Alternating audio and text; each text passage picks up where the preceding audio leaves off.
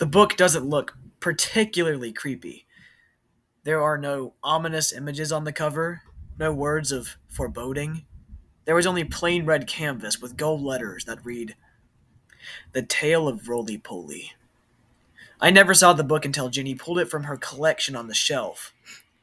It may have been left by the previous owners. We had only moved to this neighborhood a month ago. Jenny was already snuggled under the covers when I opened the book. At 6, she was starting to read and never needed to be coaxed to bed if I promised her a story. Well, almost never.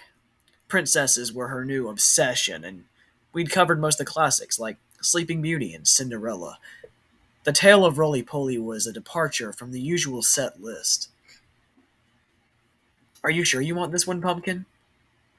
Jenny yawned. Yes, Daddy. I shrugged and began to read.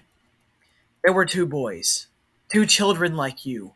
One was called Jack, the other was Hugh. The boys sat in their room, for there was nothing to do. They were so bored, a common bugaboo. The book contained a simple illustration of two boys in a bedroom decorated with baseball-themed wallpaper. They thought, and they thought, they huffed and they puffed, until Hugh said, Phew! Enough is enough. Let's play a game. We'll upend this loose end. I know, said Jack. I'll call on my friend. I groaned internally in hope that Jenny would fall asleep soon. This wasn't exactly Dr. Seuss. Jack took the book and said the words written down. Come out, you silly old clown. With a wish and a whoosh and fizzle and pop, Roly Poly arrived with a great big plop. There was an enormous figure that dwarfed the two boys next to him. The man was dressed as a traditional pantomime clown, complete with a rough, white makeup and garish red lips. How do? Said the clown. I've come to play. You? Said Hugh. Oh dear, holy moly. Don't be scared, declared Jack. It's just Roly Poly. What shall we do? Said Hugh, all aflutter, as he pulled out his toys from the bedroom clutter. There were many games of various names, all wires and megawatts. A singing machine, a trampoline, there were even two robots. Oh no, said the clown. This will not do. Let's play some real games and ditch this techno voodoo. Come with me and you'll see. My home is quite grand. You'll have all that you need in Topsy-Turvy Land. The two boys nodded, their hearts filled with glee. They took the clown's hand and counted 3 Mississippi. Hugh and Jack closed their eyes as the world twirled and twirled. They whooped in with joy as a new land was unfurled. The clown's home was quite splendid, full of candies and treats. The fun never ended. No parents, no chores, no bedtime or rules, no horrible homework from boring old schools. The boys played and played, and all 3 were glad until one fateful day when the clown became sad. What's wrong, Roly Poly? Is there something we can do? The boys asked and asked, but their worry still grew. Oh dear, the clown mumbled. My apologies, most humbled. I'm just very hungry, as his large tummy grumbled. Would you like chocolate chips or gooey cream cake? We have hot dogs and ice cream and every milkshake. But the clown shook his head, for his belly did ache. Then he grabbed little Hugh. A fine meal you will make. My stomach flipped when I saw the contents of the next page. I shut the book immediately. Let's call it a night, Princess. Jenny tried to protest, but her eyelids were heavy with sleep. What happened to the boy, Daddy? I'll tell you tomorrow. I kissed Jenny on the forehead and turned out the light. I went downstairs and poured a large glass of wine before reopening the book. The page that I'd closed on contained an illustration of a gruesome scene. The clown held one of the boys above his head and had bitten into the child's left side.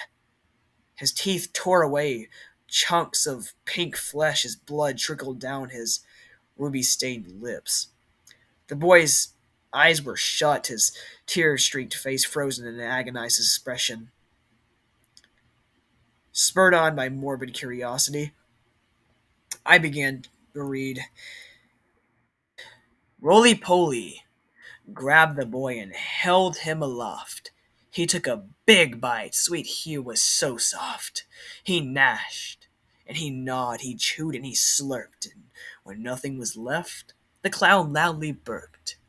He looked around. There was no Jack to be found. The boy had run. The chase had begun. Jack ducked and he darted. He ran and he ran. Roly Poly just chuckled. Come back here, young man. The place is large indeed. It does sprawl. There is no way out. No way out at all.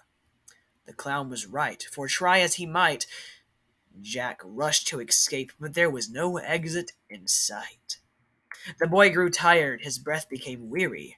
Roly Poly caught up, sounding quite cheery. You're tougher than most. You, I will cook.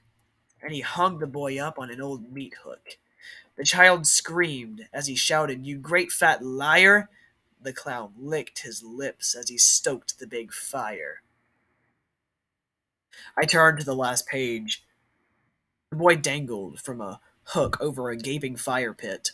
Parts of his skin were cracked and blackened as the flames licked his small frame. The clown prodded the fire with a stick in one hand. The other hand waved to the reader as a maniacal smile revealed 2 rows of long, sharp teeth. The clown was so happy. His sweet meat was a treat. Hail to the chef! Bon appetit! The book ended there. I felt the bile rise in the back of my throat. What kind of twisted individual writes something like this? It was probably a desperate hack writer looking for some notoriety. Whatever it was, it left a bad taste in my mouth. I finished my wine and threw the book in the trash. I woke up early the next morning and took the paper lying on the doorstep. It was Sunday, but I never liked to sleep in. I put on a pot of coffee and glanced at the headline of the countertop. My heart froze. 5th anniversary of local boy's disappearance. Hundreds have taken part in a remembrance rally to mark the 5th anniversary of the disappearance of brothers Hugh and Jack Healy. The brothers, aged 8 and 6, were abducted from their home on January 7th, 2012. Police have issued a fresh appeal for information this weekend. Story continued on page 3. I ran outside and removed the cover of the trash can. Perhaps whoever wrote the book knew something about the boy's disappearance. At the very least, I needed to report this sick material to the police. My stomach lurched as I regarded the contents of the can. The book was gone. A primal panic rose in my chest as I dashed upstairs to Jenny's bedroom. A single piece of paper lay atop the crumpled sheets of her empty bed. Jenny picked a good book. A true tale to excite, but Dad did not like it. He thought it was a trite. He stopped the story at the moment of glory. Oh no, not for you. This part is unfit. The clown did not like that. Not one little bit. So Roly Poly told Jenny, who was ever so skinny, let's have some fun. We'll show that old ninny. And now Jenny plays in the land of topsy-turvy, full of sugar and spice and all things that are girly. While the princess hold court in dresses of satin, the clown simply smiles. She'll do. She'll fatten. It's been 1 week since Jenny went missing. I've given the page to the cops, but they're as baffled as I am. Every hellish verse of that awful book is seared into my skull. I can't sleep.